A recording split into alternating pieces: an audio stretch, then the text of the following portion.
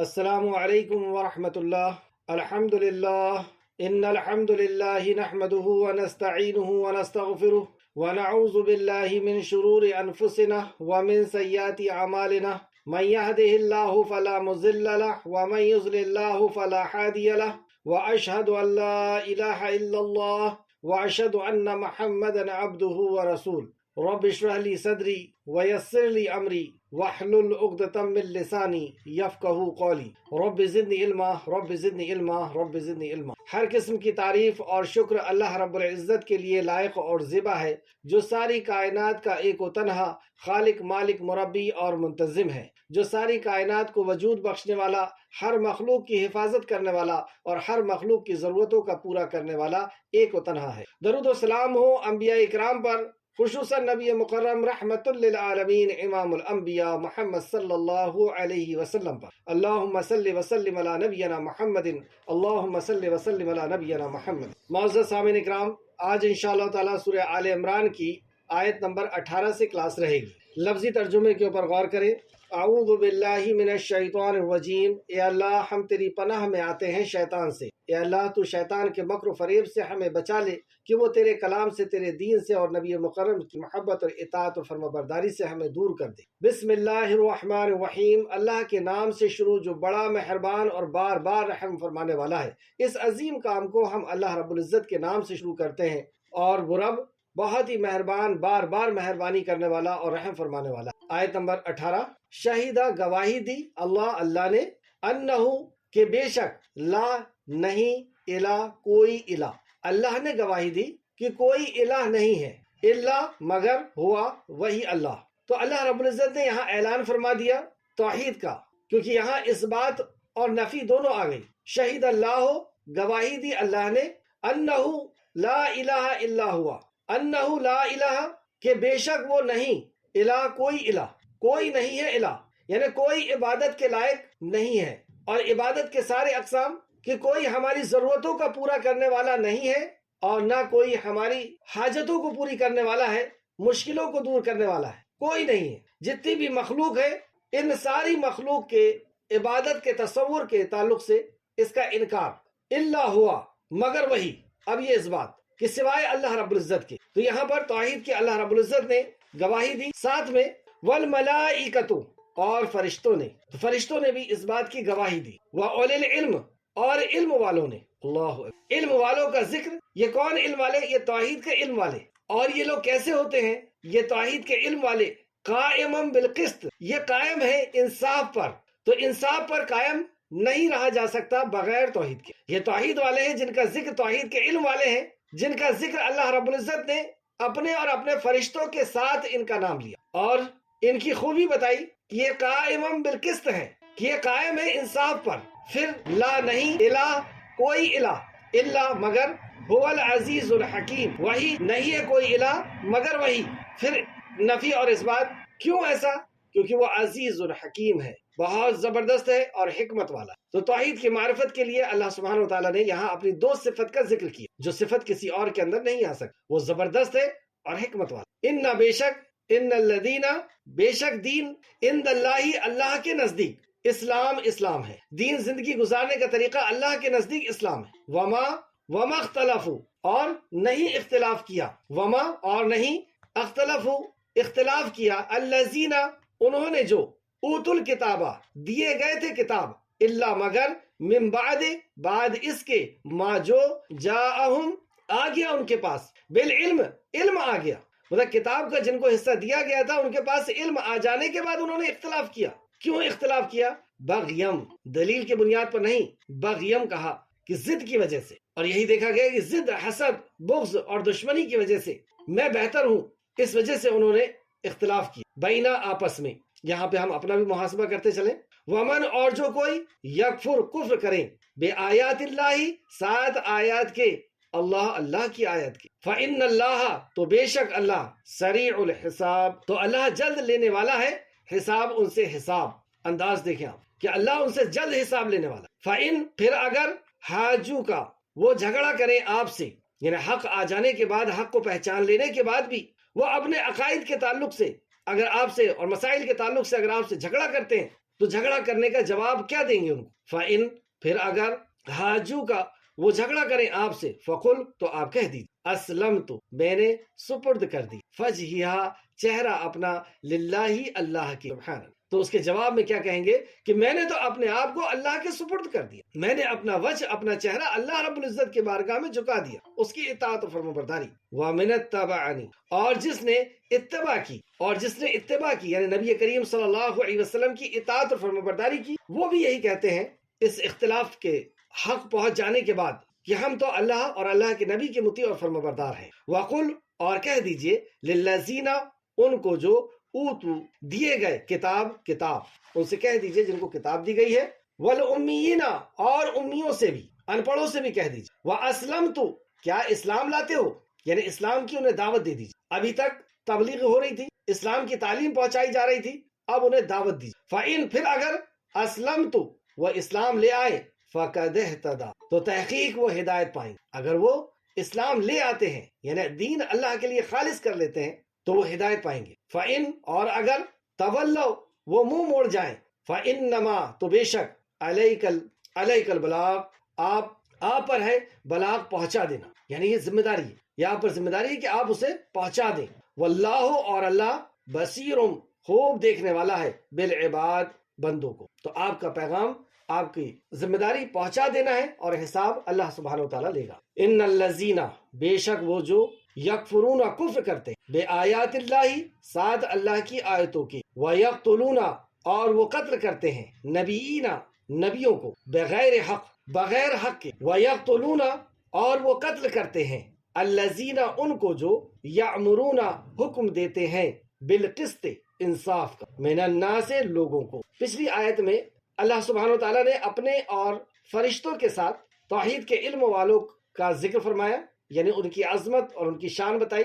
یہاں پر انبیاء علیہ السلام کے ساتھ انبیاء علیہ السلام کی دعوت کو پیش کرنے والے ان کا ذکر کیا گیا کہ جو دعوت دیتے ہیں ان کو بھی یہ قتل کرتے ہیں، تو انبیاء کے ساتھ ان کا ذکر کیا گیا، یہ ان کی عظمت یہاں پر بیان کی گئی۔ اور وہ قتل کرتے ہیں ان کو جو یأمرون حکم دیتے ہیں بالقسط انصاف کا، من الناس لوگوں میں سے، فبشرہم تو خوشخبری سنا دیجیے انہیں۔ وہ اس کام کو بہت خوشخبری والا بہت اچھا کام سمجھ کر کے کر رہے ہیں کہ انبیاء کو قتل کر رہے ہیں اور انبیاء کے ماننے والوں اور انبیاء کے کام کو کرنے والوں کو قتل کر رہے ہیں، تو انہیں بھی بشارت دے دیجیے۔ یہ تنزیہ انداز میں کہا جا رہا ہے کہ خوشخبری دیجیے کہ انہیں عذاب ہوگا دردناک، 3 لوگوں پر جہنم میں سب سے زیادہ عذاب ہوگا، اس میں سے ایک یہ پہلا جو شرک کا دائی ہے، شرک و بدعت کا، اسے سب سے سخت عذاب ہوگا، دوسرا جس نے انبیاء کو قتل کیا یا انبیاء نے اسے قتل کیا، اور تیسرا اور جس کا ذکر اولئک یہی لوگ ہیں الذین وہ جو حبطت ضائع ہو گئے اعمالہم ان کے اعمال، یہ وہ لوگ ہیں جن کے اعمال ضائع ہو گئے، برباد ہو گئے، پھر دنیا میں والآخرہ اور آخرت میں اور دنیا میں ان کے اعمال برباد ہو گئے۔ یہ وہ ذلیل لوگ ہیں جنہوں نے انبیاء کو اور انبیاء کے کام کرنے والوں کو یعنی عدل اور انصاف کی دعوت دینے والوں کو قتل کر، تو ان کے اعمال برباد، جیسے مشرک کے اعمال برباد ہوتے ہیں، ریاکار کے اعمال برباد ہوتے ہیں، اسی طرح اس کے بھی اعمال برباد۔ وما اور نہیں لہم ان کے لیے من ناصرین اور کوئی ان کا ناصر، کوئی ان کا مددگار نہیں ہوگا۔ آئے تفسیر کی طرف، آیت نمبر 18 سے۔ اس کے پہلے ہم نے سورہ آل عمران میں کیا پڑھا تاکہ یہاں سے بات ہمارے سمجھ میں آ جائے، تو سرسری طور پر ہم اس کا جائزہ لیتے ہیں، اس کو دیکھتے ہیں۔ نبی کریم صلی اللہ علیہ وسلم کے پاس وفد نجران آیا 9 ہجری میں، جب آپ مدینہ میں تشریف فرما تھے، اور اس میں 60 لوگ تھے، 14 ان کے ذمہ دار تھے اور ان کے 3 لیڈر تھے۔ یہ وفد نجران نبی کریم صلی اللہ علیہ وسلم کے پاس آ کر کے دین کے تعلق سے اور خاص طور پر عقیدے کے تعلق سے بات کرتے۔ صحابہ اکرام ان کو دیکھ کر کے کہتے ہیں کہ وہ مسجد میں داخل ہوئے، یمنی خوبصورت چادر اور خوبصورت اثردار ایسے معلوم ہوتے تھے، دیکھنے والوں نے کہا کہ ہم نے آج تک ایسے لوگ نہیں دیکھے، ایسے ان کے کپڑے اور ایسا ان کا رہن سہن اور ان کا حلیہ اور ان کی جو ہے چہرہ کہ صحابہ اکرام ان سے امپریس ہوئے، اور یہ رسول کریم صلی اللہ علیہ وسلم اپنی سمت میں انہوں نے نماز پڑھی اور رسول اللہ سے آ کر کے بات کرنا شروع کی، اور عقائد کے تعلق سے جب انہوں نے بات کی تو انہوں نے بات رکھی کہ اللہ رب العزت کا انہوں نے شریک ٹھہرایا، یعنی عیسیٰ علیہ السلام جو اللہ رب العزت کے نبی ہیں، اللہ کی روح ہیں، ان کے تعلق سے انہوں نے غلو کیا، ان کی شان میں غلو کیا، اور انہیں اللہ رب العزت کا بیٹا یعنی اللہ رب العزت کا ہمشر شریک حصے دار ٹھہرایا۔ تو اللہ رب العزت نے یہ آیت مبارکہ نازل فرمائی، تقریباً 83 آیتیں نازل، 83 آیت. تو انہیں کس طریقے سے دعوت دی گئی ایسے مشرکین کو، اور شرک کی وجہ کیا، ہم اپنے معاشرے کو بھی سامنے رکھ کر کے اور اپنے آپ سامنے رکھ کر کے ان آیتوں کا مطالعہ کریں کہ ہمارے بھی دور میں جیسے ان کے دور میں انبیاء کو، نیک لوگوں کو اللہ رب العزت کا شریک بنا لیا عیسیٰ علیہ السلام کی ان کی شان میں غلو کر کے، آج کے دور میں بھی اللہ رب العزت کی ولیوں کو ان کی شان میں غلو کر کے ان کو بھی حاجت روا اور مشکل کشا بنا لیا جاتا کہ یہ بھی بگڑی بنانے والے ہیں، یہ بھی جنت میں داخلہ کروانے والے ہیں، یہ بھی جہنم سے آزاد کروانے والے ہیں. تو اللہ رب العزت نے خالق اور مخلوق کا فرق انہیں بتایا. جو آیت نازل ہوئی، بسم اللہ الرحمن الرحیم، الف لام میم، اللہ لا الہ الا ہوا، اللہ کے سوا کوئی بھی معبود برحق نہیں. کیوں؟ کیونکہ وہ الحی اور قیوم ہے، وہ ہمیشہ سے اور ہمیشہ رہنے والا. اور اس کے بعد آپ صلی اللہ علیہ وسلم کی رسالت کے تعلق سے انہیں دعوت دی گئی، اور اللہ رب العزت کے کتاب کی دعوت دی گئی، اور کتاب کی حقانیت کی ان کو دلیل دی گئی کہ یہ تمہارے پاس والی کتاب کی بھی تصدیق کرتی ہے. اور بے شک زمین اور آسمان کی جو چیز چھپی ہوئی ہے، پھر اللہ رب العزت نے کائنات کو ان کے سامنے پیش کیا کہ وہ اللہ جس نے زمین و آسمان کو بنایا اور اپنی تخلیق کو دکھا کر کے انہیں خالق کا یقین دلایا کہ وہ رب ہے جس نے صورتیں بنائی، اور عیسیٰ علیہ السلام کی بھی صورت کس نے بنائی؟ وہ اللہ ہے، اور اس کے سوا کوئی معبود نہیں، اور وہ غالب ہے اور خوب حکمت والا ہے. پھر آیت نمبر 7 میں وہی ہے جس نے آپ پر کتاب نازل کی. تو اس کتاب کے تعلق سے بھی بتایا کہ اس کے اندر 2 قسم کی آیتیں ہیں، محکمات اور متشابہات، یعنی وہ آیتیں جن کے اوپر ہمیں ایمان رکھنا ہے، عمل کرنا ہے، اور متشابہ اس کے اوپر بھی ہمیں ایمان رکھنا ہے.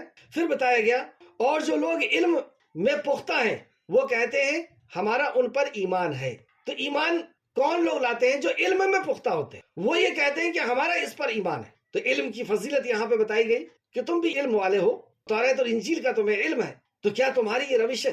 اور جو لوگ علم میں پختہ ہیں، یعنی اس علم میں ان کا عمل ہے، مضبوط ہے، وہ عمل کے ساتھ ان کے پاس علم ہے، وہ کہتے ہیں ہمارا اس پر ایمان ہے، اور ایمان کے اندر عمل داخل ہوتا ہے. یہ سب ہمارے رب کی طرف سے حق ہے، اور یہ نصیحت قبول کر. اور علم اور ایمان ہونے کے باوجود بھی ان کے اندر اکڑ و تکبر نہیں ہوتا، وہ عاجزی اور انکساری کے ساتھ اللہ کی بارگاہ میں جھکے ہوئے رہتے ہیں اور کہتے ہیں ربنا لا تزغ قلوبنا بعد اذ هديتنا وهب لنا من لدنك رحمة انك انت الوهاب. اور وہ کہتے ہیں کہ اے ہمارے پروردگار، اے ہمارے رب، ہمیں ہدایت دینے کے بعد ہمیں گمراہ نہ کر.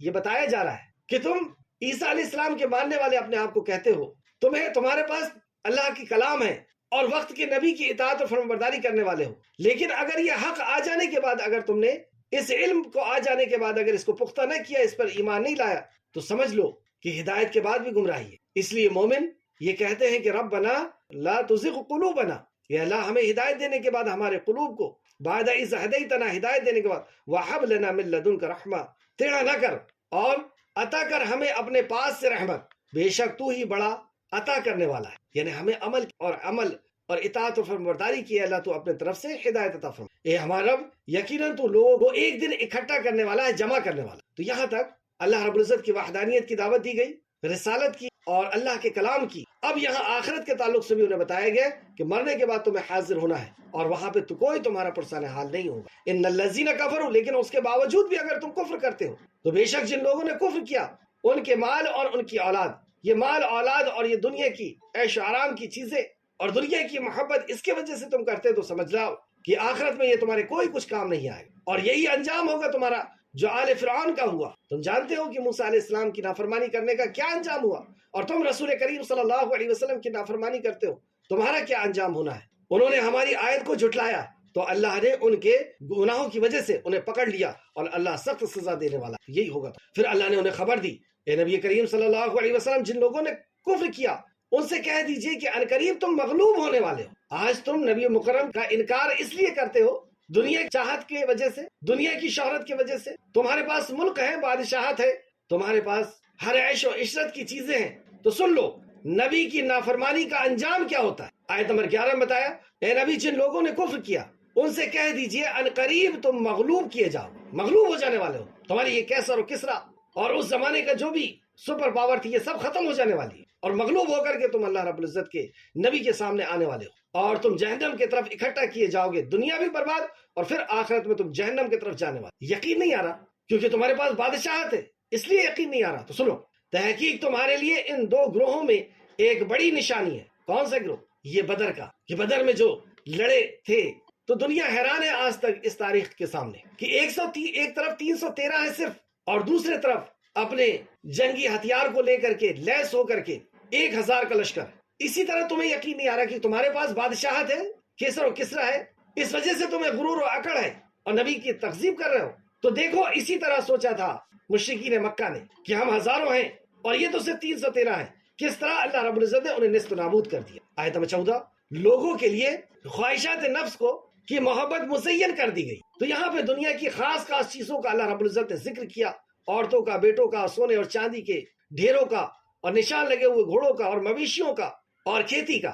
ان سب کے تعلق سے اللہ سبحانہ تعالیٰ نے فرمایا یہ سب دنیا کی زندگی کا سامان ہے، یعنی اسے چھوڑنا نہیں ہے، یہ دنیا کی زندگی کا سامان ہے۔ اور یہ بھی سمجھ لینا ہے کہ یہ دنیا کی زندگی کا سامان، یہ ہمیشہ کا نہیں۔ روحانیت بھی اختیار کرنے کا نہیں کہا، اور یہ ہمیشہ کا زندگی کا سامان ہے یہ بھی نہیں کہا۔ یہ دنیا کی زندگی، اور دنیا کی زندگی کیا ہے؟ کھیل اور تماشے کے سوا کچھ نہیں۔ کب زندگی کی شام ہوگی ہم میں سے کوئی نہیں جانتا۔ ہر روز ہم قبر کی طرف تیزی کے ساتھ بڑھ رہے ہیں، اپنی قبر کی طرف۔ تو ان سب سے محبت تو ہو، لیکن شریعت کے دائرے کے اندر رہ کر ان سے محبت تو ہو، یعنی اتنی جتنی اس کی ضرورت ہے۔ یہ ضرورت ہے، مقصد نہیں۔ اور مقصد کیا ہے؟ اللہ سبحانہ تعالیٰ نے اچھا ٹھکانہ تو اللہ رب العزت کے پاس ہے۔ اے نبی کہہ دیجئے، کیا میں تمہیں ان کی بشارت سناؤں؟ کیا تمہیں نہ بتاؤں میں؟ لیکن یہ کس کے لیے ہوگا؟ للذین اتقوا، جنہوں نے تقوی اختیار کیا، ان کے لیے اللہ رب العزت نے باغات کا، یعنی جنت کا وعدہ کیا، اور وہ ایسی جنت جس کے نیچے سے نہریں بہتی ہوں گی، اور یہ اس میں ہمیشہ رہنے والے۔ یہاں اس دنیا کے اندر اگر پوری دنیا بھی تمہیں مل جائے تو کتنی زندگی تمہاری ہے، کتنے سال تم یہاں رہو گے۔ لیکن اس دنیا کے بعد جس رب نے اس دنیا کو بنایا ہے، اور ہمیں انسان بنایا، اور ہماری صورتوں کو بنایا، اور ہماری ضرورت کی چیزوں کو بنایا، وہی خالق اور مالک فرما رہا ہے کہ میں ایسی ایک اور دنیا بنانے والا ہوں جس دنیا کے اندر تمہارے لیے عیش و عشرت کی چیزیں ہوں گی اگر تم توحید پرست ہوگے، اور وہ زندگی تمہاری ہمیشہ ہمیشہ کی زندگی ہوگی۔ اور وہاں تمہیں عورتیں جو دی جائیں گی وہ پاکیزہ عورتیں دی جائیں گی، جو ظاہری اور باطنی طور سے دونوں طرف سے پاکیزہ، انہیں اللہ کی رضا حاصل ہوگی، اللہ ان سے ہمیشہ کے لیے راضی ہو جائے گا، اور اللہ اپنے بندوں پر خوب نظر رکھنے۔ لیکن یہ متقی کون ہے؟ الذین یقولون ربنا اننا، اور جو لوگ کہتے ہیں کہ اے ہمارے رب بے شک ہم ایمان لائے۔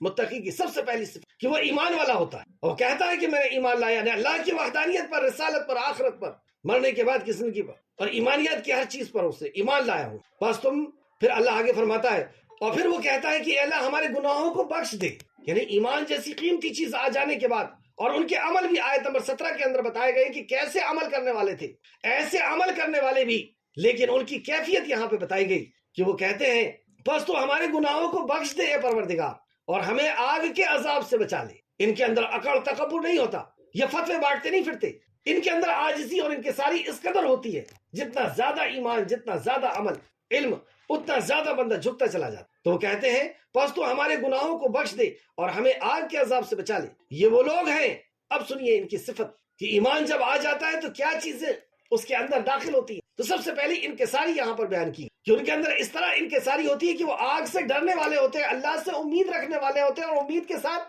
اللہ کو پکارنے والے ہوتے ہیں کہ تو ہمارے گناہوں کو بخش دے پروردگار، اور تو ہمیں آگ کے عذاب سے ڈرا دے۔ تو امید بھی ہے اور ڈر بھی ہے، یہ امید اور ڈر کے بیچ میں مومن جیتا۔ اور یہ وہ لوگ کیسے ہیں؟ وہ صبر کرتے ہیں۔ سب سے پہلی صفت کہ الصابرین، وہ صبر کرنے والے ہیں، والصادقین، اور سچ بولنے والے، جو کہہ دیا ایک بار قولوا لا الہ الا اللہ، جب یہ کہہ دیا تو بس اس پہ وہ جم گئے۔ اب بڑی سے بڑی مصیبت اور پریشانیاں آئیں، شادی کے بعد 3 سال نہیں 10 سال تک بھی اگر اولاد نہ ہو، کاروبار لگانے کے بعد جل جائے، اور کوئی مصیبت اور پریشانیاں آ رہی ہیں، اس کے باوجود بھی وہ صبر کرتے ہیں۔ اللہ رب العزت کی ذات کے اوپر یقین رکھنے والے، وہ معصیت نہیں کرتے، وہ گناہ کے کام نہیں کرتے، وہ شرک نہیں کرتے، دنیا کی چمک دمک کو دیکھ کر کے وہ اللہ رب العزت کے ساتھ کفر نہیں کرتے، اللہ کے حکم کا انکار نہیں کرتے، تو وہ صبر کرنے والے ہیں۔ اور دوسرا وہ سچ بولنے والے ہیں، صادق ہیں، وہ صادقین والقانتین، اور وہ حکم بجا لانے والے ہیں، مطیع اور فرما بردار ہوتے ہیں وہ اللہ رب العزت کے اور نبی مکرم، اور وہ منفقین، اور وہ خرچ کرنے والے ہیں۔ اللہ اکبر۔ اور سحری کے وقت، یعنی تہجد میں، سحری کے وقت میں بخشش طلب کرنے والے، اس کے باوجود بھی کہ وہ پوری زندگی مطیع اور فرما بردار ہیں، اپنے سچ پر قائم ہیں، صبر کر رہے ہیں، جو کچھ اللہ نے دیا اللہ کے راستے میں خرچ کر رہے ہیں، اس کے باوجود رات کو اپنے رب کی بارگاہ میں اٹھ کر کے اور اللہ رب العزت سے کے سامنے بخشش طلب کر۔ آگے جو آج کی آیت ہے، شہد اللہ انہ لا الہ الا ہوا والملائکۃ واولو العلم قائمن بالقسط لا الہ الا هو العزیز الحکیم.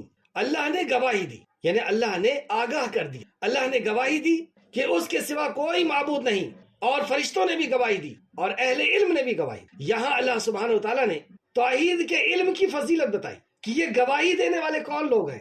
یہ فرشتے بھی ہیں اور اہل علم بھی ہیں، انہیں علم ہے اور علم کی بنیاد پر وہ گواہی دے. تو توحید کی فضیلت کہ توحید کا علم جس کے پاس ہوگا، اللہ رب العزت نے اس کا ذکر اپنے اور فرشتوں کے ساتھ اس کا ذکر. اللہ اکبر، اس سے بڑی فضیلت اور کیا ہو سکتی. یہ علم کی فضیلت، لیکن یہ کس علم کی فضیلت ہے؟ یہ توحید کے علم کی فضیلت ہے کہ کوئی عبادت کے لائق نہیں، صرف اللہ رب العزت کے اس بات کی وہ گواہی دیتے ہیں. اور گواہی تو ہم سب کو دینا ہے. بغیر گواہی کے، بغیر شہادت کے ہم اسلام کے اندر داخل نہیں ہو سکتے. اور یہ گواہی وہی دے سکتا ہے جس کے پاس علم ہوگا. سورہ محمد آیت نمبر 19 میں بھی اللہ نے فرمایا فَعْلَمْ أَنَّهُ لَا إِلَهَ إِلَّا اللَّهُ، بس تم علم حاصل کرو کہ اللہ کے سوا کوئی عبادت کے لائق. اور یہ علم کو جو حاصل کرتا ہے وہی حقیقتاً گواہی دیتا ہے. اور اس علم کی فضیلت رسول کریم صلی اللہ علیہ وسلم نے کیا بتائی اس آیت میں؟ توحید کے علم کی فضیلت کہ اللہ رب العزت نے اپنے اور فرشتوں کے نام کے ساتھ ان کا ذکر کیا.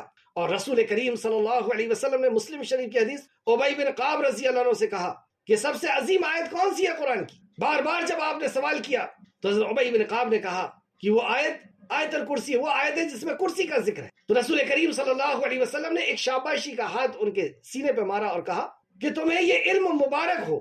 تو آپ نے مبارکباد دی آپ کو، صحابہ کو، اس علم کی کہ وہ جان گئے کہ علم قرآن کے اندر جو سب سے قیمتی علم ہے وہ اللہ رب العزت کی معرفت کا، اللہ کی توحید کا علم ہے. اللہ رب العزت سے دعا ہے کہ اللہ رب العزت ہم سب کو توحید کا علم عطا فرما دے، آمین یا رب العالمین.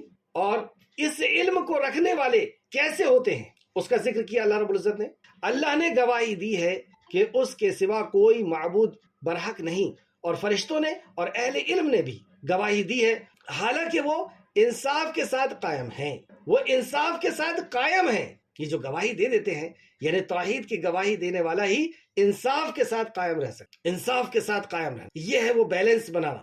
حق اور باطل یا حقوق اللہ اور حقوق العباد کے درمیان کب کون سا کام کرنا ہے، یہ وہ لوگ ہیں جو حق پر انصاف کے ساتھ قائم ہیں. اس کے سوا کوئی معبود نہیں. پھر اللہ رب العزت نے اس عقیدے کو پھر سے ریپیٹ کیا، لا الہ الا هو العزیز الحکیم. یہاں پہ اللہ کی دو صفت لائی گئی، اس کے سوا کوئی معبود نہیں. کیوں؟ تو اللہ رب العزت اپنی معرفت کبھی اپنی مخلوق کے ذریعے سے کراتا ہے اور اسماء الحسنہ کے ذریعے، کیونکہ وہ عزیز ہے، غالب ہے اور خوب حکمت والا ہے، حکیم ہے، خوب حکمت والا ہے. اور جب وہ لوگ انصاف کے ساتھ قائم ہوتے ہیں تو وہ قائم ہونا کیسا؟ ان الذین عند اللہ الاسلام، بے شک اللہ کے نزدیک، ان الدین عند اللہ الاسلام، ان الدین بے شک اللہ رب العزت کے نزدیک اسلام جو ہے وہ دین اسلام ہی پسند ہے. بے شک اللہ کے نزدیک دین صرف اسلام ہے. ان الدین عند اللہ الاسلام، یہ اس اسلام کے اوپر قائم رہنے والے. اللہ کے نزدیک دین صرف اسلام ہے. تو یہ دین کیا ہے؟ دین یعنی زندگی گزارنے کا طریقہ. تو کون سا دین اللہ رب العزت قبول کرے گا؟ جو اللہ رب العزت نے جس کو پسند کیا ہے. اور جس دین کو پسند کیا وہ کہاں سے آیا؟ اللہ سبحانہ تعالیٰ نے سورہ بقرہ کے اندر فرمایا قُلْ نَهْبِطُوا مِنْهَا جَمِيعًا وَيَأْتِيَنَّكُم مِّنِّي هُدًى فَمَن تَبِعَ هُدَايَ فَلَا خَوْفٌ عَلَيْهِمْ وَلَا هُمْ يَحْزَنُونَ. کہ تم سب کے سب زمین کی طرف اتر جاؤ. آدم ذات کو خطاب ہے اور جناتوں کو کہ قُلْ نَهْبِطُوا مِنْهَا جَمِيعًا وَيَأْتِيَنَّكُم مِّنِّي هُدًى، اور جب کبھی میری ہدایتیں تمہارے پاس آئیں، یعنی وقت کے نبی آتے رہیں گے، فَمَن تَبِعَ هِدَایَتَ، جو اس ہدایت کی اتباع کرے گا اسے کوئی خوف و غم نہیں. یہ ہے وہ دین جو اللہ رب العزت کی طرف سے نازل ہوا ہے اور اس کو اللہ سبحانہ وتعالیٰ نے پسند کیا. دوسری جگہ فرمایا سورہ آل عمران آیت نمبر 85 کے اندر، 85 کے اندر، اور جو شخص اسلام کے سوا کسی اور دین کا طالب ہوگا وہ اس سے ہرگز قبول نہیں کیا جائے. اسلام کے علاوہ کوئی اور دین کا طالب ہوگا، زندگی گزارنے کا کوئی اور طریقہ، بھلی وہ اس کے ماں باپ کا طریقہ ہے اور اکثریت کا طریقہ ہو، یا یہ یہودی اور نصرانیوں نے اپنے علماء کے طریقے کو جو دین سمجھ لیا تھا، اتخذوا احبارهم ورهبانهم اربابا من دون اللہ کہہ کر کے اللہ نے رد کیا ان. تو اپنی مرضی کا کہ میں اسے پسند کرتا ہوں، یہی زندگی گزارنے کا طریقہ ہے، یا میرے ماں باپ سے اور میرے باپ دادا سے یہ چلا آیا، میرے قبیلے کا یہی رواج رہا ہے، اس کو وہ پسند کرتا ہے، یا اکثریت جو کر رہی ہے اسے وہ صحیح سمجھتا ہے، یا یہودی اور نصرانیوں نے جس طرح کہا تھا کہ ہمارے علماء اور درویشوں نے جو کہہ دیا وہی حلال ہے اور وہی حرام ہے اور وہی سب کچھ ہے، اس کو جو سمجھتا ہے وہ جان لے اس طرح. اللہ سبحانہ تعالیٰ فرماتا ہے ان الدین عند اللہ الاسلام، کہ بے شک اللہ کے نزدیک دین صرف اسلام ہے. اب ہم سب کو اللہ رب العزت کی بارگاہ میں حاضر ہونا ہے تو کون سا زندگی گزارنے کا طریقہ لے کر کے ہم اللہ کی بارگاہ میں جا رہے ہیں؟ کس طرح ہم نے کاروبار کیا، کس طرح ہم نے پڑوسیوں کے ساتھ معاملات کیے، کس طرح رشتہ داروں کے ساتھ کیے، کس طرح ہماری نماز تھی، روزہ اور حج اور زکوٰۃ تھا، کس طرح ہمارا لین دین تھا، یہ پورا زندگی گزارنے کا طریقہ صرف اور اہل کتاب نے صحیح علم آ جانے کے بعد، اہل کتاب کے پاس صحیح علم آ گیا تھا، توریت، زبور اور انجیل کی شکل میں صحیح علم ان کے پاس آ گیا، اور آج کیا ہمارے پاس علم نہیں؟ تو یہاں ہم اپنے آپ کو رکھ کر کے دیکھیں کہ ہمارے پاس بھی تو صحیح علم آ چکا ہے۔ پھر دیکھیں وَمَا اخْتَلَفَ الَّذِينَ أُوتُوا الْكِتَابَ، اور اہل کتاب نے صحیح علم آ جانے کے بعد صرف اس لیے اختلاف کی۔ یہ بہت غور کرنے والی بات ہے کہ اختلاف کی وجہ کیا؟ صحیح علم جب آ چکا ہے، جب توریت اور انجیل ہے ان کے پاس، پھر رسول کریم صلی اللہ علیہ وسلم کی اس وحدانیت کی دعوت کا انکار کیوں عیسیٰ علیہ السلام کو اتنا ان کی شان میں غلو کیا گیا کہ انہیں نبی سے اٹھا کر کے اور اللہ رب العزت کے مقام و مرتبے پہ بٹھا دیا گیا، ان کے ساتھ شرک کرنے لگے، انہیں حاجت روا اور مشکل کشا اور انہیں گناہوں کو بخشنے والا اور انہیں سب کچھ سمجھنے لگے، اور رسول کریم صلی اللہ علیہ وسلم کو پہچان لینے کے بعد انکار، اللہ کے کلام قرآن کو پہچان لینے کے بعد انکار، اس حق کو انکار کرنے کی وجہ کیا تھی؟ رسول اللہ کی تعلیمات اور آپ کی اطاعت اور فرمانبرداری سے انکار یہودی اور نصرانی نے کیا، اور ہم اپنے آپ کو دیکھیں کہ ہم کتنے مطیع اور فرمانبردار ہیں، شادی بیاہ میں، موت میت میں، رشتہ داریوں میں، پڑوسیوں میں اور لین دین میں کتنے ہم مطیع اور فرمانبردار ہیں، اور اس کی وجہ کیا ہے؟ اس بغاوت کی وجہ کیا ہے؟ پہچان لینے کے بعد ہم اپنے اوپر لے کر کے اس کو سمجھیں تو بے شک اللہ کے نزدیک دین صرف اسلام ہے، اور اہل کتاب نے یعنی جن کے پاس کتاب ہے، علم آ جانے کے بعد، اور ہمارے پاس بھی کتاب ہے، علم آ گیا ہے کہ اللہ کا کلام اور نبی کا فرمان کی اطاعت کرنا ہے، تو صرف اس وجہ سے اختلاف کیا کہ وہ باہم ضد اور حسد کرتے تھے، ضد اور حسد کی وجہ سے، یہ بغض اور دشمنی کہ میں بہتر ہوں، میرا قبیلہ بہتر ہے، میرے ساتھی بہتر ہے، میں جو کہہ رہا ہوں وہ صحیح ہے، وہ ہونا چاہیے، کیوں نہیں نبوت یہاں آئی؟ تو ان کا یہ جو میں ہے، یہ بغض اور دشمنی اور حسد ہے، اس کی بنیاد پر یہ رسول کریم صلی اللہ علیہ وسلم کی اطاعت و فرمانبرداری سے انکار کر۔ ہم کیوں کرتے ہیں؟ اللہ ہم سب کو محفوظ رکھے، لیکن اکثریت کیوں کر رہی ہے؟ انہوں نے جو حسد کیا تھا، بغض کیا تھا، تو صرف اس لیے اختلاف کیا کہ وہ باہم بغیون، ضد اور حسد کرتے تھے، اور جو کوئی اللہ کی آیتوں کا انکار کرے، اسی وجہ سے، اس بغض اور حسد کی وجہ سے، اس دشمنی کی وجہ سے، اور میں بہتر ہوں، یہ ان کی سوچ تھی، میں بہتر ہوں یعنی ہمارے جو یہودی اور نصرانی کے علماء ہیں وہ بہتر ہے، ہمارا خاندانی جو رسم و رواج چلا رہا ہے وہ بہتر ہے، میں نے جو سوچا ہے دین کے تعلق سے وہ بہتر ہے، اکثریت یہ کر رہی ہے یہ بہتر ہے، یہ تو مٹھی بھر ہے۔ تو یہ حسد کی وجہ سے جو کوئی اللہ کی آیتوں کا انکار کرتا ہے، اب اللہ کے جو احکام و مسائل ہیں، فرائض ہیں، اور سب سے پہلے اس میں توحید ہے، رسالت ہے اور آخرت ہے، تو جو کوئی اللہ کی آیتوں کا انکار کرتا ہے تو بے شک اللہ جلد حساب لینے والا، کتنا سخت انداز میں بیان فرمایا اللہ کہ میری آیتوں کا انکار کرتے ہو، اللہ رب العزت حساب لے گا، اور اللہ رب العزت جب حساب لے، اللہم حسبنی حسابا یسیر، اے اللہ ہمارے حساب کو آسان فرما۔ اللہ کہے، اللہ کے کیوں کا کوئی جواب نہیں دے سکتا، اللہ نے اگر پوچھ لیا ایسا کیوں کیا تھا، کوئی اس کے سوال کا جواب، اور جس سے یہ پوچھ لیا اسے جہنم میں جانا ہے، کیونکہ اس کے کیوں کا کوئی جواب۔ اور آسان حساب کیا ہے کہ اللہ رب العزت صرف اس کی نعمتوں کو گناتا چلا جائے کہ یہ نعمت ہے، یہ نعمت ہے، یہ نعمت، اللہ رب العزت باز پرس نہ کرے، پکڑے نہ، یہ ہے آسان حساب، اور اس حساب کی اللہ رب العزت سے دعا مانگنا چاہیے، اللہم احسبنی حسابا یسیرا، اور عمل بھی ہمارے اللہ اور اللہ کے نبی کی مطیع اور فرمانبرداری کے ساتھ ہونا چاہیے۔ آگے اللہ سبحانہ تعالیٰ فرماتا ہے آیت نمبر 20 کے اندر، اے نبی پھر اگر وہ آپ سے جھگڑا کرے تو کہہ دیجیے۔ اب یہ جو وفد آیا تھا، یہ جو ٹیم آئی تھی نجران سے، ان سب سن لینے کے بعد توحید، آخرت، رسالت اور اللہ کی وحدانیت کا انہیں یقین دلایا گیا، اس کی مخلوق دکھا کر کے، اس کی اسماء الحسنہ کے بعد، اور اس کی آخرت کا یقین دلایا گیا، اور نافرمانوں کا انجام بتایا گیا، مطیع اور فرمانبردار لوگوں کے لیے انعامات بتائے گئے، یہ ساری چیزیں ہو جانے کے بعد بھی اور حق جان لینے کے بعد بھی وہ انکار کرتے حسد کی بات پر، تو اے نبی مکرم اب ان سے کہے، اے نبی پھر وہ اگر آپ سے جھگڑا کرتے ہیں تو کہہ دیجیے۔ اس کے بعد بھی وہ عیسیٰ علیہ السلام کے تعلق سے جھگڑے میں ہی لگے ہوئے، عیسیٰ علیہ السلام کو اللہ ہی کا حق دینا چاہتے ہیں، جبکہ عیسیٰ علیہ السلام اللہ کے نبی ہیں، رسول ہیں، اور اولی العزم پیغمبروں میں سے ہیں، اس بات پہ ہمارا ایمان ہے، لیکن اللہ رب العزت کے مقام پر اور کوئی فائز نہیں ہو سکتا، اللہ کے بندے ہیں، اللہ کے رسول ہیں، اولی العزم نبی ہیں، لیکن اللہ رب العزت کے مقام پر جو انہوں نے بٹھالا ہے اس پر یہ جھگڑا کرتے ہیں، اور یہ اللہ کی وحدانیت اقرار نہیں کرتے ہیں، تو ان سے کہہ دیجیے، اے نبی پھر اگر وہ آپ سے جھگڑا کرتے ہیں تو کہہ دیجیے، میں نے اپنا سر اللہ کے آگے جھکا ہے۔ اختلاف اور جھگڑا اللہ کے کلام اور نبی کے فرمان سے جب کیا جاتا ہے، حق سامنے والا پہچان لے اس کے باوجود، تو ہمیں کیا کرنا ہے؟ کیا ہم بھی اسی طرح جھگڑا کریں؟ یہاں اللہ سبحانہ و تعالیٰ نے دعوت کا ایک اور انداز سکھایا کہ انہیں یہ بتا دیں کہ ہم تو اللہ اور اس کے نبی کے مطیع اور فرمانبردار۔ آپ ایسا کہہ رہے ہیں قرآن کے خلاف، حدیث کے خلاف، لیکن آپ سن لیں کہ ہم تو نبی مکرم صلی اللہ علیہ وسلم کے غلام ہیں، ہم تو اللہ رب العزت اور اللہ نے کے نبی نے جو فرمایا وہی کرنا۔ تو میں نے اپنا سر اللہ کے آگے جھکا دیا ہے، اور میرے اتباع کرنے والوں نے بھی، یہ اتباع کرنے والوں کی صفت یہاں بتائی گئی کہ وہ بھی یہ کہتے ہیں کہ ہم نے تو اللہ کے سامنے اپنے آپ کو جھکا دیا۔ یہاں پہ وہ لوگ جو یہ کہتے ہیں کہ صرف قرآن کافی ہے، ان کا بھی رد ہو گیا کہ وہ یہ کہتے ہیں کہ میری اتباع کرنے والے بھی یہی کہتے ہیں، یعنی نبی مکرم صلی اللہ علیہ وسلم کی اتباع کی شرط بھی لگا دی کہ وہ عقائد کے تعلق سے تم سے حق آ جانے کے بعد حسد اور بغض کی وجہ سے جھگڑا کر رہے ہیں، تو آپ ان سے کہہ دیجئے کہ ہم تو اللہ اور اس کے رسول کے متبع ہیں، تابع فرمان ہیں، ہم نے تو اپنا وجہ، اپنا چہرہ اللہ رب العزت کی بارگاہ میں جھکا۔ اور ان اہل کتاب اور ان پڑھ لوگوں سے پوچھئے کیا تم اسلام لاتے ہو؟ ابھی تک دعوت پیش کی جا رہی تھی، توحید کی، رسالت کی، قرآن کی حقانیت بتائی گئی، حق ہونے کی دلیل دی گئی، آخرت کا یقین دلایا گیا، اچھے اور برے لوگوں کا انجام بتایا گیا، اور بھی کچھ چیزیں۔ اس کے بعد اب یہاں پہ بتایا جا رہا ہے کہ اب انہیں دعوت دی۔ دعوت یعنی انہیں نیوتا دینا، جیسے ہندی میں کہتے ہیں، انہیں انوائٹ کرنا۔ یہ زبردستی نہیں ہے، جیسے ہم اپنے گھر کے کسی پروگرام میں کسی کو انوائٹ کرتے ہیں تو وہ چاہے تو آئے چاہے تو نہ آئے، پہلے ہم اپنے ہاں جو چیز ہو رہی ہے اس کی خوبصورتی، اس کی خوبی بیان کرتے ہیں کہ یہ پروگرام ہے اور اب آپ آئیے۔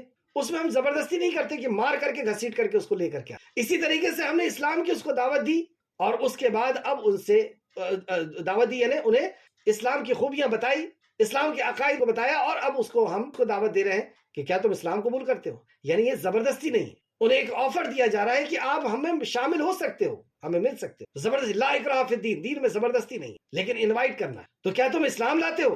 پھر اگر وہ اسلام قبول کر لیتے ہیں، اب دیکھیے وہ وفد آیا ہوا ہے، انہیں حق بات پہنچائی گئی اور انہیں دعوت دی گئی، اور پھر بتایا گیا کہ پھر اگر وہ اسلام قبول کر لیتے ہیں تو وہ ہدایت پائیں گے، وہ ہدایت پائیں گے، ہدایت وہی جو ہم نماز کے اندر مانگتے۔ اور اگر منہ موڑے تو آپ کے ذمے صرف پیغام پہنچا دینا، اگر وہ منہ موڑے تو اس پہ آپ کی پکڑ نہیں ہوگی، آپ کے ذمے تو پیغام پہنچا دینا تھا، اور رسول کریم صلی اللہ علیہ وسلم نے اس پیغام کو پہنچا دیا۔ کیا آپ نے اور میں نے اس پیغام کو پہنچایا؟ یہ ذمہ داری ہے ہماری، تو کیا اس ذمہ داری کو ہم نے پوری کیا ہے؟ رسول اللہ صلی اللہ علیہ وسلم نے اور صحابہ کرام نے اس ذمہ داری کو پوری کی۔ ہم سے پکڑ ہوگی اس بات کی کہ ایسے عقائد جن کے تھے، جو شرک کرتے تھے، قرآن کو نہیں مانتے تھے، اللہ کے کلام ہونے کی حیثیت سے اس کی اطاعت و فرما برداری نہیں کرتے تھے، جو آخرت پر یقین نہیں رکھتے تھے، جو رسالت پر یقین نہیں رکھتے تھے، ہمیں چاہیے تھا کہ ہم ان تک پیغام پہنچاتے اور انہیں دعوت دیتے، لیکن اگر ہم نے نہیں دیا ہے تو گویا کہ یہ حق ادا نہیں، اور دے دیا ہے تو اللہ سبحانہ تعالیٰ نے فرمایا کہ آپ کی ذمہ داری تو یہ ہو گئی پوری۔ پھر سے دیکھیں،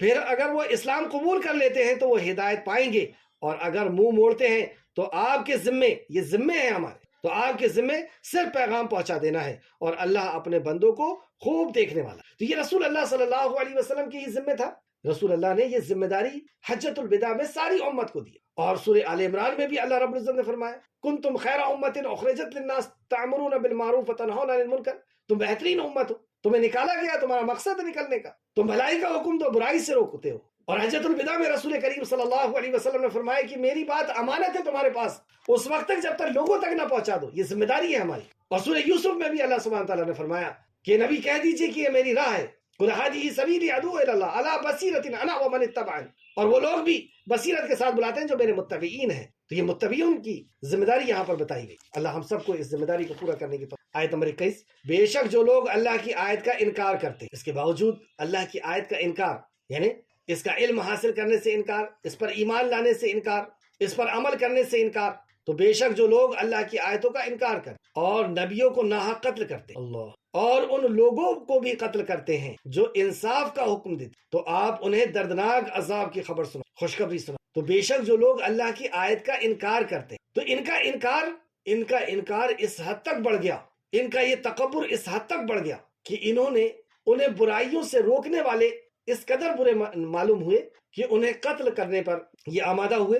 اور عیسیٰ علیہ السلام کے ساتھ انہوں نے کیا کیا وہ ہم سب جانتے ہیں، لیکن اللہ سبحانہ وتعالیٰ نے انہیں آسمان پر اٹھا لیا، لیکن اور دوسرے انبیاء کو انہوں نے قتل کیا۔ تو انبیاء علیہ السلام کے ساتھ کن کا ذکر ہو رہا ہے؟ جیسے وہاں پر درس کے شروع میں ہم نے دیکھا آیت نمبر 18 میں کہ اللہ سبحانہ وتعالیٰ نے اپنے اور فرشتوں کے ذکر کے ساتھ توحید کے علم والوں کا ذکر کیا، اور ان کی خوبی بتائی کہ یہ قائم رہتے ہیں، یہ قائم کرتے ہیں دین، عمل کرنے والے ہوتے ہیں۔ اور یہاں پر انبیاء علیہ السلام کے ساتھ ان داعیوں کا ذکر کیا، فرمایا بے شک جو لوگ اللہ کی آیت کا انکار کرتے ہیں اور نبیوں کو ناحق قتل کرتے ہیں اور ان لوگوں کو بھی قتل کرتے ہیں جو انصاف کا حکم، جو انصاف کا حکم، انصاف کیا؟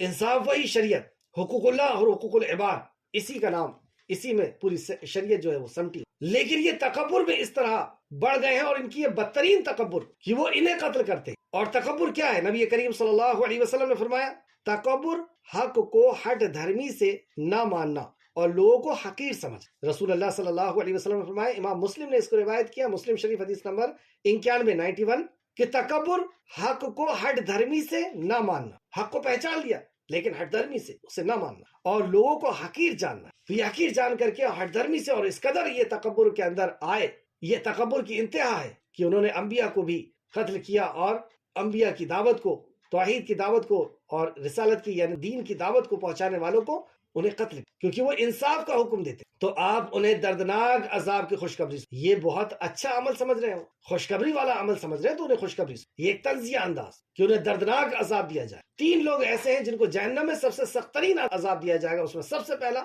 وہ ہے جو شرک کا داعی ہو، خود شرک کرتا ہے اور دعوت دیتا بدعت کی، اور دوسرا وہ جس نے انبیاء کو قتل کیا یا انبیاء نے اسے قتل، اور تیسرا وہ جو اسی قسم کا یعنی شرک کو قائم کرنے کا عمل کرتا ہے یعنی تصویر بناتا ہے، اور آپ انہیں دردناک عذاب کی خوشخبری۔ یہی لوگ ہیں جن کے اعمال دنیا اور آخرت میں برباد ہو اور ان کا کوئی مددگار نہیں۔ انجام سنیں آپ، اولئک الذین حبطت اعمالهم فی الدنیا والآخرہ، دنیا میں بھی اور آخرت میں حبط ہو گئے، تباہ ہو گئے ان کے اعمال، وما لهم من ناصرین، اور ان کا کوئی ناصر، کوئی مددگار، کوئی حمایتی نہیں ہوگا۔ کون لوگ ہیں؟ پھر سے آیت کو دیکھیں، بے شک جو لوگ اللہ کی آیت کا انکار کرتے ہیں، نبیوں کو ناحق اور ان لوگوں کو بھی قتل کرتے ہیں جو انصاف کا حکم، یعنی اتنے برے لگتے ہیں جو انصاف کا حکم دیتے ہیں کہ ان کا بس چلتا تھا یہ تو قتل کر دیتے تھے، آج ان کا بس نہیں چل رہا، آج دوسرے لوگوں کا ان کو ڈر ہے کہ ہم نے قتل کر دی تو ہمیں بھی جو ہے دھارائیں لگے گی اور ہم بھی اندر ہو جائیں گے، ورنہ یہ اپنے بغض میں اس طرح ملوث ہو کہ جو انصاف کا حکم دیتا ہے کہ اللہ کے کلام اور نبی کے فرمان پر عمل کرو،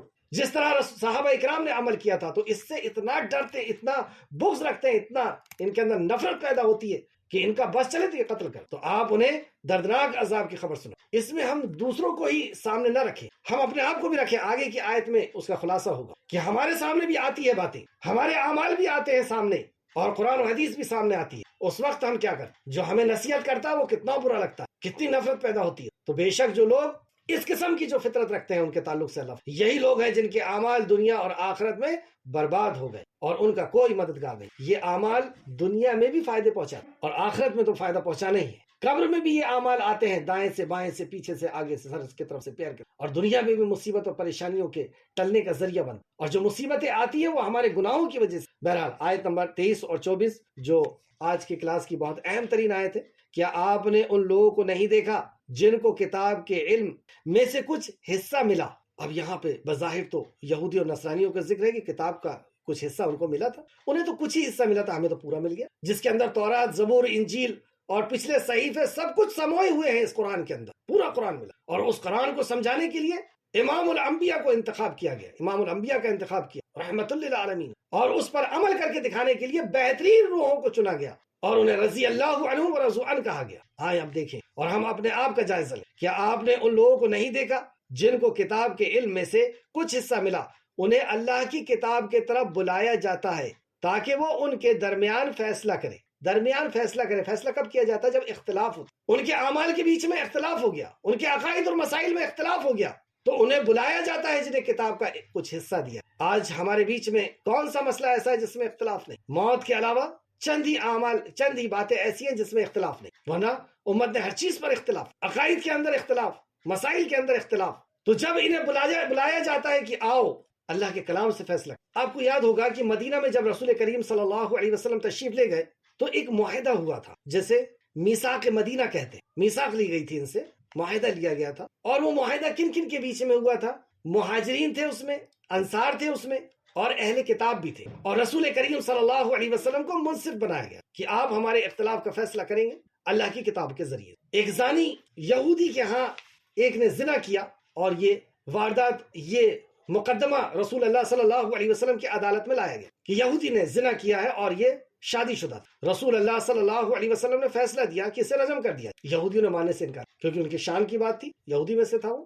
رسول اللہ صلی اللہ علیہ وسلم نے کہا کہ تمہاری تورات میں یہی حکم ہے، لاؤ تم میں سے جو عالم ہے اسے، جو تورات کے جاننے والا ہے۔ لایا گیا عالم کو۔ رسول اللہ صلی اللہ علیہ وسلم نے پوچھا اس کا نام اور کہا کہ کیا تم تورات جانتے ہو؟ کہا ہاں، پڑھنا سناؤ۔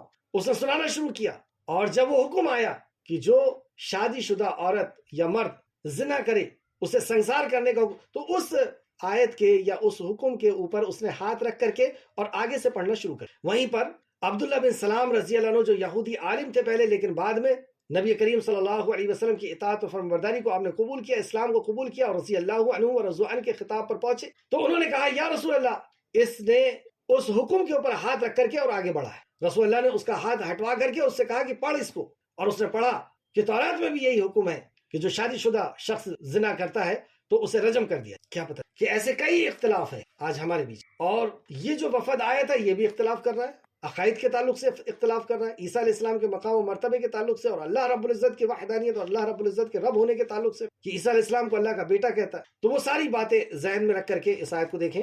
کیا آپ نے ان لوگوں کو نہیں دیکھا جن کو کتاب کے علم میں سے کچھ حصہ ملا؟ انہیں اللہ کی کتاب کی طرف بلایا جاتا ہے تاکہ وہ ان کے درمیان فیصلہ کرے۔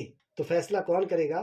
اللہ کی کتاب۔ پھر ان میں سے ایک گروہ منہ موڑ لیتا ہے اور وہ حق سے پھرنے والا ہے۔ یہ ہے حق سے پھرنے والا، کہ یہ حق آ چکا تھا، اللہ رب العزت کا کلام، نبی مکرم کا فرمان، لیکن اس کے باوجود اس نے حق سے پھر گیا۔ ہمارے بیچ میں بھی جو اختلاف ہوتے ہیں اس کا فیصلہ جب ہم اللہ کے کلام اور نبی کے فرمان سے کراتے ہیں، اور وہاں پر ہمیں کوئی حدیث سے دلیل مل جاتی ہے، اللہ کے فرمان سے کوئی دلیل مل جاتی ہے، اور اگر ہم اس کا انکار کرتے ہیں تو سمجھ لیں کہ ہمارا بھی شمار انہی میں سے۔ اللہ ہم سب کو محفوظ رکھے۔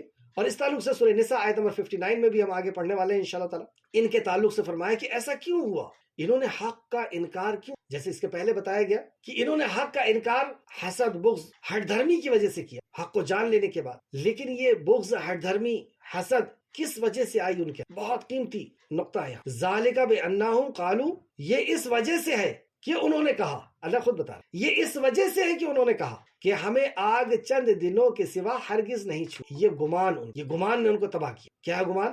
ہمیں آگ چند دنوں کے سوا ہرگز نہیں چھوئے گی، اور ان کو ان کے دین کے بابت یعنی زندگی گزارنے کے طریقے کے بابت ان باتوں نے دھوکے میں ڈال رکھا تھا جو وہ خود گڑھ لیتے تھے۔ خود گڑھ لیا، خود کہانی اور قصے بنا لیے، اور خود ساختہ طور پہ یہ کہہ دیا کہ ہم نے گائے کی عبادت کی ہے تو ہم 40 دن کے لیے جہنم میں جائیں گے، اس کے بعد ہم نکل جائیں گے اور تم لوگ جہنم میں جاؤ گے۔ خود ساختہ۔ ہم اللہ سے محبت کرتے ہیں، اللہ ہم سے محبت کرتا ہے، ہم جنت میں جائیں گے، اور آپ تو جو ہے نا صرف وضو بنا کر کے نماز پڑھتے ہو، ہم تو نہا کر کے نماز پڑھتے ہو، آپ تو بیوی بچوں کے ساتھ رہ کر کے اللہ کی بات کرتے ہو، ہم تو جنگلوں اور پہاڑوں میں چلے جاتے ہیں، اور آپ تو خانہ کعبہ کا طواف کپڑے پہن کر کرتے ہو، ہم تو برہنہ ہو کے کرتے ہیں، ہم بہتر ہیں، ہم جنت میں جائیں گے۔ خود ساختہ طور پہ بنا لیا انہوں نے اپنے آپ کو جنتی۔ اور یہاں پر تفسیر میں آتا ہے کہ انہوں نے کہا کہ ہم 7 دن کے لیے جہنم میں جائیں گے، اور وہ 7 دن بھی ان کو پتا تھے کہ اللہ کے ہاں ایک دن 1000 سال کے برابر ہوتا ہے، یعنی 7000 سال ہم جہنم میں جائیں گے اور اس کے بعد ہم جنت میں چلے جائیں گے۔ کیوں؟ کیونکہ ہم نے آپ کے کلام کا انکار کر۔ یہ ان کی گمان تھا۔ ایسے ہی بہت سا گمان آج اکثریت، ہمارے علاقے کی اکثریت نے رکھا کہ رسول اللہ تو اس وقت تک جنت میں نہیں جائیں گے جب تک اپنی ساری امت کو لے کر کے نہ چلے جائیں۔ کہاں سے آ گیا یہ گمان ہے، اس کی کوئی دلیل نہیں، یہ خود گڑھتے ہیں، جو اللہ سبحانہ تعالیٰ فرمایا نا، یہ خود گڑھتے ہیں، خود گڑھی ہوئی بات۔ اور اسی طرح اگر ایسا ہی ہے تو پھر وہ جنگ بدر اور جنگ احد میں جو آمنے سامنے تھے وہ سب پھر جنت میں چلے گئے، ابو جہل اور ابو لہب پھر سب جائیں گے، نعوذ باللہ، استغفر۔ نبی کریم صلی اللہ علیہ وسلم نے اپنی بیٹی اور اپنی پھوپھی کو کہہ دیا کہ دنیا میں جو مجھ سے مانگنا ہے مانگ لو، کل حشر کے میدان میں کوئی کام نہیں آنا، یعنی ہمارے اعمالی۔ اور یہاں پر بھی اللہ سبحانہ تعالیٰ نے اسی عقیدے کو بیان۔ اور پھر دوسرا عقیدہ کیا ہے کہ ہمارے وہ جو استاد ہیں، پیر ہیں، وہ ہمیں لے کر کے جنت میں چلے جائیں گے، ہم ان کا دامن پکڑ لیں گے۔ کہاں سے آیا عقیدہ؟ یہ خود گڑا ہوا عقیدہ، خود اپنے طور پہ بنایا ہوا کہ ہم ان کے دامن کے نیچے۔ اور کچھ تو یہاں تک بدتمیزی کرتے ہیں کہ ہم قبر کے اندر بھی یہ کہہ دیں گے کہ میں فلاں کا ہوں، جاؤ اس سے پوچھ، میں فلاں کا مرید۔ وہ اندھیرا اور وہاں پر منکر نکیر کا آنا، وہاں سمجھ میں آئے گی کہ کس طریقے سے یہاں پر ہم نے بد عقیدگی اپنی خود ساختہ طور پہ بنا رکھی۔ اور اس طریقے سے اور بھی بہت سے دامن کو پکڑ لینے والی یہ عقیدے کی وجہ سے انہوں نے حق کو آ جانے کے بعد اس کا انکار کیا، کیونکہ اب ڈر ختم ہو گیا کہ جنت تو ہمیں کو ملی جائے گی، وہ تو ہمیں بخشوا لیں گے۔ تو یہ اس وجہ سے ہے کہ انہوں نے کہا کہ ہمیں آگ چند دنوں کے سوا ہرگز نہیں چھوئے، یہ ان کا گمان تھا۔ اور ان کو ان کے دین کے بابت ان باتوں نے دھوکے میں ڈال رکھا تھا جو انہوں نے گڑھ لیا، یعنی ایک طرف اللہ کا کلام تھا، دوسرا نبی کا فرمان تھا، اور دوسری طرف ان کی خود گڑی ہوئی بات. تو یہ گڑی ہوئی باتیں کبھی دین نہیں بن سکتی. یہ گمان ہے جو انسان کو جہنم تک پہنچاتا. ہمیں اللہ رب العزت اللہ کے کلام نبی کے فرمان پر اس طرح عمل کرنے کی توفیق عطا فرما جس طریقے سے صحابہ کرام نے کیا. آخر آیت، پھر کیا حال ہوگا. اب جو یہ عقیدہ رکھنے والے لوگ ہیں، یہ خود من گھڑت باتیں بنا کر کے اور اپنے آپ کو مطمئن کر لیے ان نے کہ میرا تعلق اس جماعت سے ہے، جیسے یہودی اور نصرانیوں نے کہا تھا میرا تعلق اس خاندان سے ہے، میرا تعلق ان لوگوں سے ہے، اور میرے باپ دادا ایسے کرتے چلے آئے تھے، اور میرا تعلق تو محمد رسول اللہ صلی اللہ علیہ وسلم سے ہے،